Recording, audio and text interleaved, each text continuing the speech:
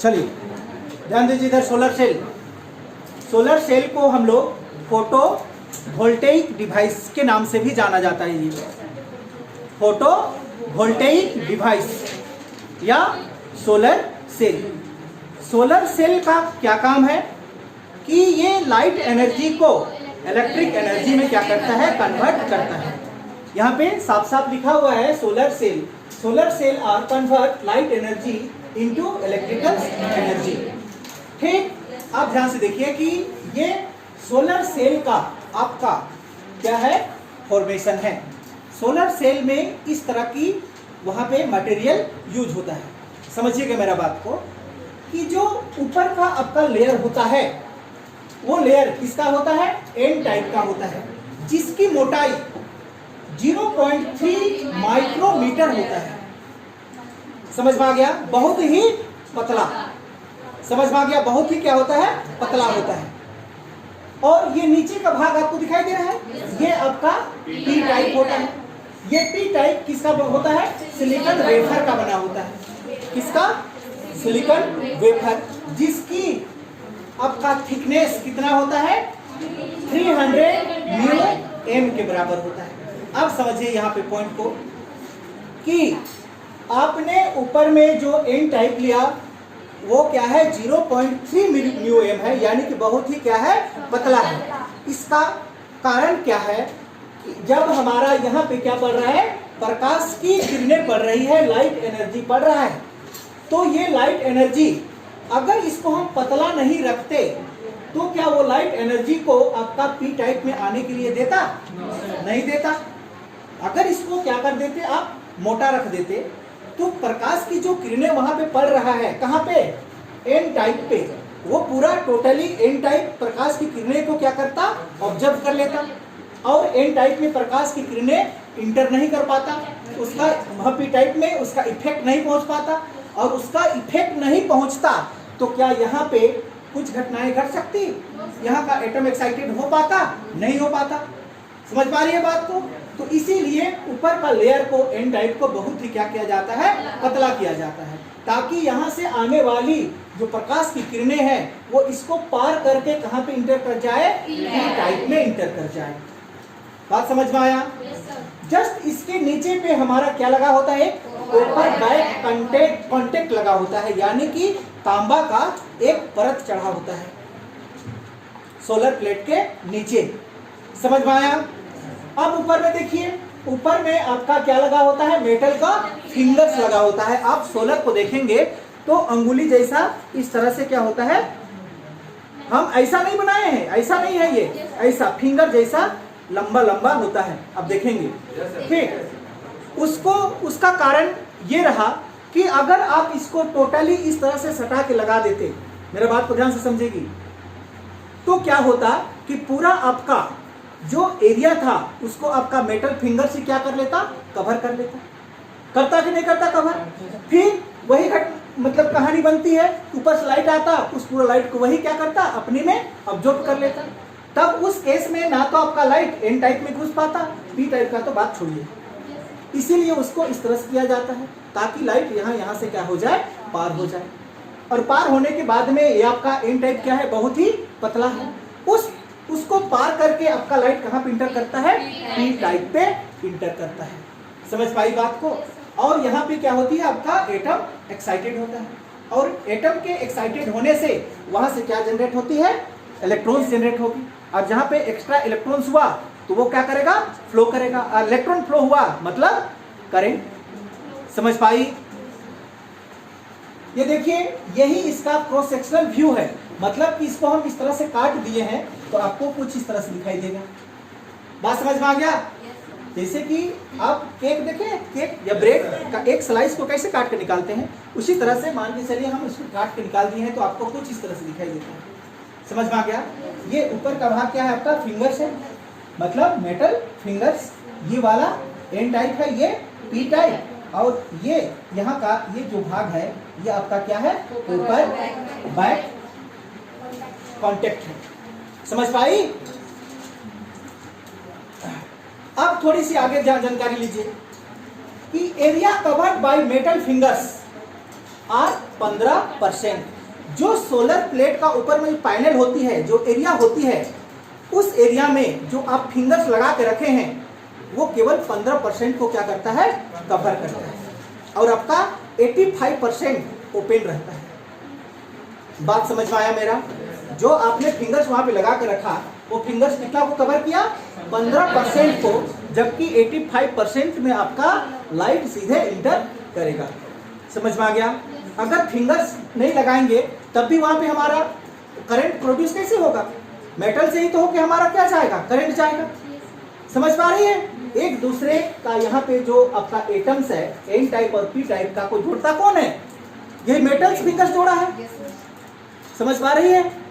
आगे चलिए, आप देखिए कि एक और आप क्या है आपका P और एक और क्या है N, इसी को बना लिए हैं। इधर क्या है N और इधर क्या है P है। अब यहाँ पे क्या पड़ रही है आपका, लाइट पड़ रही है। तो लाइट पड़ने से यहाँ का क्या होती है, जो एटम एक्साइटेड होगी, एक्साइटेड होने से वहां से क्या क्रिएट होगा, इलेक्ट्रॉन जनरेट होगा, और इलेक्ट्रॉन्स आपका इस डायरेक्शन पे क्या करेगा, फ्लो करेगा। यहाँ पे आप कुछ भी यूज कर सकते हैं, बल्ब लगा लीजिए, या कोई डीजी वगैरह बजाना, बाजा वगैरह लगाना चाहते हैं तो लगा सकते हैं। ठीक, ये आपका क्या है, लोड रेजिस्टेंस है। अब थोड़ी सी बात करें हम इसकी आगे की। देखिए, जो सोलर सेल होता है, सोलर सेल होता है वो क्या होता है, ओपन वोल्टेज सर्किट होता है। ये क्लोज नहीं होता है। क्या होता है, ओपन वोल्टेज सर्किट होता है। ओपन वोल्टेज सर्किट का मतलब क्या होता है कि ओपन वोल्टेज सर्किट वो चीज होता है कि अगर आप सोलर को धूप में रखें, जैसे ही धूप में रखते हैं वहां से क्या शुरू होता है, आपका करंट निकलना शुरू होता है। तो करंट निकलना शुरू होता है, यहां से करंट निकला, यहां पे आया और यहां पे ऑटोमेटिक नलीफाई हो गया, वो ब्लास्ट नहीं करेगा। जबकि ये करंट को आप एक जगह जोड़ के देखिए, ये ब्लास्ट कर जाएगा। करेगा कि नहीं करेगा? इसीलिए इसमें क्या लगाया जाता है, ओपन वोल्टेज सर्किट लगाया जाता है। इसमें किसी भी तरह का शॉर्ट सर्किट होगा ही नहीं, खतरनाक। देखिए वही चीज लिखा है, VOC, O for open, C for circuit और V for voltage. Open voltage circuit लगा होता है, और यहाँ से जब करंट निकलती है तो यहाँ पे आती है और क्या होता है, नलीफाई हो जाता है। नलीफाई का मतलब क्या, ISC, शॉर्ट सर्किट करंट। हम लोग को पता नहीं चलेगा, नहीं तो स्टोर करने के लिए जगह चाहिए ना। वो तो सोलर सेल को आप जब से धूप में रखे तब से वो एनर्जी प्रोड्यूस कर रहा है, तो एनर्जी जा कहाँ रहा है, बताइए, वो एनर्जी कहाँ जा रहा है। मान के चलिए कि आपने सोलर सेल से एक लाइट लगा के छोड़ा, ठीक, अब उस लाइट को ऑफ कर दिए, लाइट बंद हो गया, तब भी तो क्या वहां से एनर्जी निकलना बंद हुआ? हुआ नहीं हुआ बंद। तो एनर्जी जा कहाँ रहा है, कहाँ जा रहा है वो एनर्जी, ISC में शॉर्ट सर्किट करंट में जाके नलीफाई हो रहा है। समझ पा रही है? डाउट है यहाँ पे किसी को? एक बार फिर से मेरे बात को गौर से सुनेगी कि मान के चलिए आपने सोलर पैनल लगाया और उसको जैसे ही धूप का एनर्जी मिला वो आपको करंट प्रोड्यूस करना शुरू किया। उसमें बल्ब लगाए तो बल्ब आपका क्या हुआ, जलना शुरू किया। अब बल्ब को आप ऑफ कर दिए तो क्या सोलर से निकलने वाली जो एनर्जी है वो बंद हो गया? उससे तो एनर्जी निकलती है, तो वो निकला हुआ एनर्जी किधर जा रहा है? हाँ, शॉर्ट सर्किट होके वहीं पे क्या हो रहा है, खत्म हो रहा है। समझ में आ गया? इसीलिए वहां पे किसका यूज किया जाता है, ओपन वोल्टेज सर्किट का यूज किया जाता है। समझ पाई?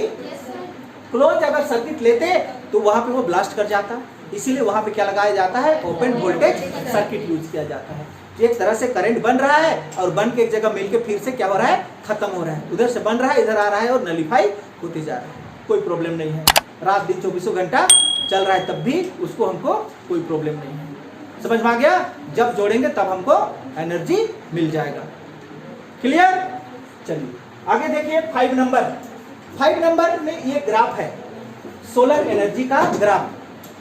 समझिएगा कि जो प्रकाश की किरणें आती है, सूरज की जो किरणें आती है, उसमें उसका जो एनर्जी कितना होता है, 1.5 इलेक्ट्रॉन वोल्ट होता है। मेरा बात को ध्यान से सुनना। जो प्रकाश की किरणें जो लाइट एनर्जी, सूरज की जो किरणें हमको मिलती है, उस लाइट पे कितना एनर्जी होता है? 1.5 इलेक्ट्रॉन वोल्ट होता है। क्या मेरा बात समझ पाई? तो सबसे मैक्सिमम एनर्जी हमको कहां पे मिलता है? 1.5 इलेक्ट्रॉन वोल्ट। क्यों ऐसा होता है? क्योंकि सूरज की जो रोशनी है उसका एनर्जी कितना है? 1.5 में मैक्सिमम है। अगर इसको आगे की ओर बढ़ेंगे तब भी वो क्या होगा? घटने लगेगा। पीछे को आएंगे तब भी ये क्या करने लगेगा?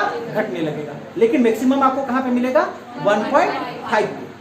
अब यहां पे बात आई कि हम कौन ऐसा मटेरियल यूज करें सोलर सेल में कि हमको मैक्सिमम सोलर एनर्जी मिल पाए।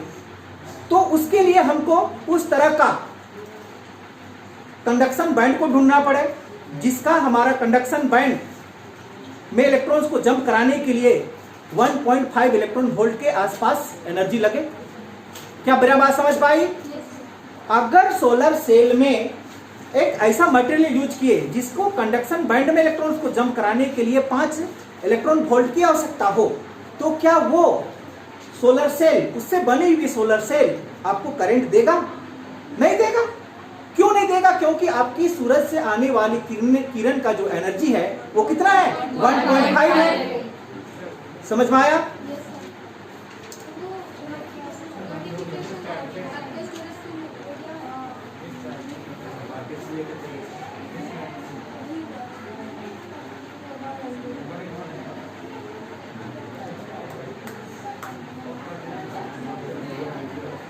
आया समझ में?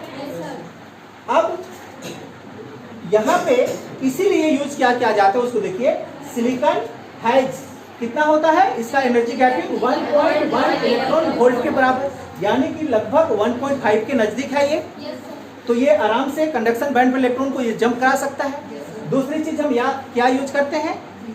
जर्मेनियम आर्सेनिक, जिसका कंडक्शन बैंड में इलेक्ट्रॉन्स को जंप कराने के लिए कितना एनर्जी चाहिए? 1.5। अगर उसके जगह पे आप दूसरा मटेरियल यूज करते हैं जिसका इलेक्ट्रॉन्स को जंप कराने के लिए मान के चलिए 5 इलेक्ट्रॉन वोल्ट है, तो क्या सोलर सेल से निकला हुआ एनर्जी उसको जंप वहां पे करा पाएगा? अगर जंप नहीं करा पाएगा तो क्या आपको वहां पे करंट मिलेगी? नहीं मिलेगी। इसीलिए सोलर सेल में हमको इसका नजदीक वाला मटेरियल को क्या करते हैं? हम लोग यूज करते हैं। बात समझ में आया? चलिए तीसरा पॉइंट देखिए। We prepare this material because it match the maximum solar energy.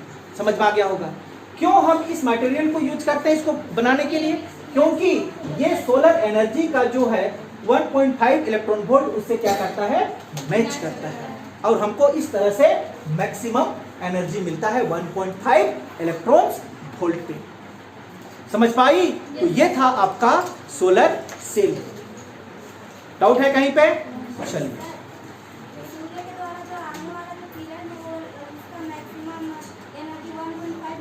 Electron volt. तो फिर अलग-अलग मौसम में अलग-अलग